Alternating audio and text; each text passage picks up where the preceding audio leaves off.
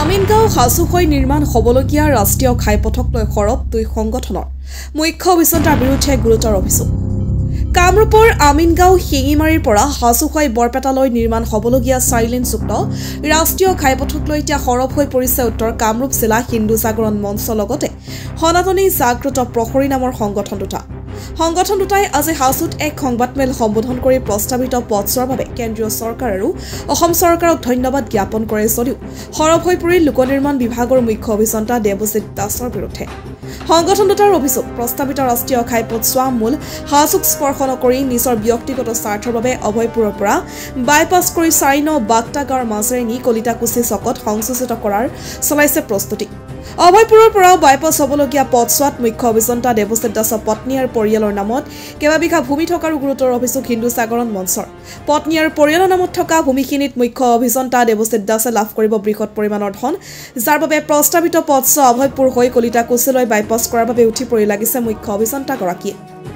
আনহাতে হাজোৰ ৰাইজৰ আৱেগিক জলাঞ্জলি দি ঐতিহাসিক হয়গ্ৰীব মাধৱ মন্দিৰলৈ যোৱা উপপথ স্পৰ্শ নকৰাকৈ প্ৰস্তাৱিত ঘাইপথছোৱা নিৰ্মাণ কৰিব খোজা কাৰ্যক গৰিহণা দি উত্তৰ কামৰূপ জিলা হিন্দু জাগৰণ মঞ্চৰ লগতে সনাতনী জাগ্ৰত প্ৰহৰী লগতে চৰকাৰে অতি শীঘ্ৰে এখন কমিটি গঠন কৰি বিষয়টো নিষ্পত্তি কৰাৰ দাবী জনায় সংগঠন দুটাই। হাজো শুৱালকুছিৰ পৰা আদিল আহমেদৰ ৰিপৰ্ট, ডিজিটেল আছাম লাইভ। নতুন ফিছ মাৰ্কেট বুলি কয়, এই ফিছ মাৰ্কেটৰ হাজো তেনেকৈ নিকিনে যদি তেওঁ সুৰেন্দ্ৰ কলেজৰ পৰা কলিতাকুছিলৈ লৈ যায়, তেতিয়াহ'লে সেই মেইন ৰাস্তাৰ পৰা চৰকাৰী ভূমি যথেষ্ট আছে, তাত কোনো ব্যক্তিগত ভূমি আবণ্টন দিব বা হেৰি কৰিব নোৱাৰে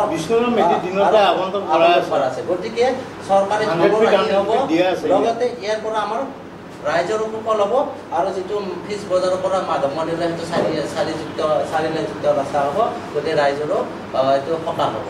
গতিকে এইটো নকৰি তেওঁ নিজস্ব লাভৰ বাবে তেওঁ যিটো কৰিব লাগিছে আমি তীব্ৰভাৱে আশাৰে আমি গৰিহণা দিছোঁ আৰু কেতিয়াও আমি হ'বলৈ নিদিওঁ। এইটো আমি আজি সংবাদমেলৰ যোগেদি তেওঁক আমি ৱাৰ্ণিং দিলোঁ, ভৱিষ্যতে আমি ৰাজপথত নামি যাম আৰু এইটো কেতিয়াও আমি হ'ব নিদিওঁ। আমাৰ হিন্দু জাগৰণ অসম তথা সনাতন জাগ্ৰত প্ৰহৰীৰ পৰা আমি আপোনালোক সংবাদ কৰ্মীসকলৰ থ্ৰুদি আমি অনুৰোধ জনাইছোঁ, লগতে মুখ্যমন্ত্ৰী মহোদয়ক আমি অনুৰোধ জনাইছোঁ এখন নতুনকৈ SIT গঠন কৰক, তাত ছাৰ্ভে কৰক আৰু দেৱজিৎ দাস চিফ ইঞ্জিনিয়াৰ তেখেতক দিলে তেখেতৰ নিজস্ব লাভৰ বাবে কৰিছে। গতিকে নতুন SIT এখন আমি দাবী বিচাৰিছোঁ।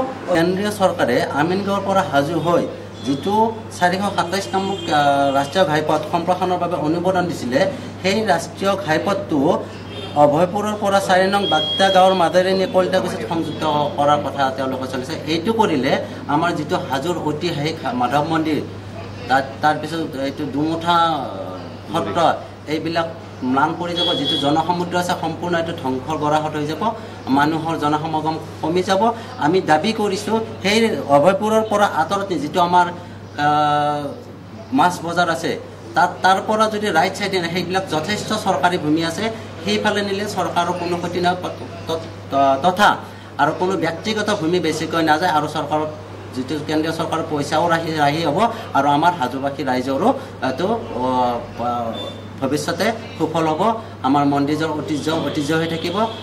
ষড়যন্ত্ৰটো হৈছে চিফ ইঞ্জিনিয়াৰ যিটো দেৱজিৎ দাস, তেখেতে চিএমে কৈছে যে এইটো ছাৰ্ভে কৰিব পাৰিছে, কিন্তু কোনো ধৰণৰ তেওঁ চিএমক নজনোৱাকৈ নিজৰ চাৰিত কেন্দ্ৰীয় যিটো পথ পৰিবহণ মন্ত্ৰী তেওঁলৈ প্ৰেৰণ কৰিছে ছাৰ্ভে হোৱা বুলি, কিন্তু তেওঁ তাতে আকৰ গৈ আছে, তেওঁৰ মই মতালিত চলি আছে।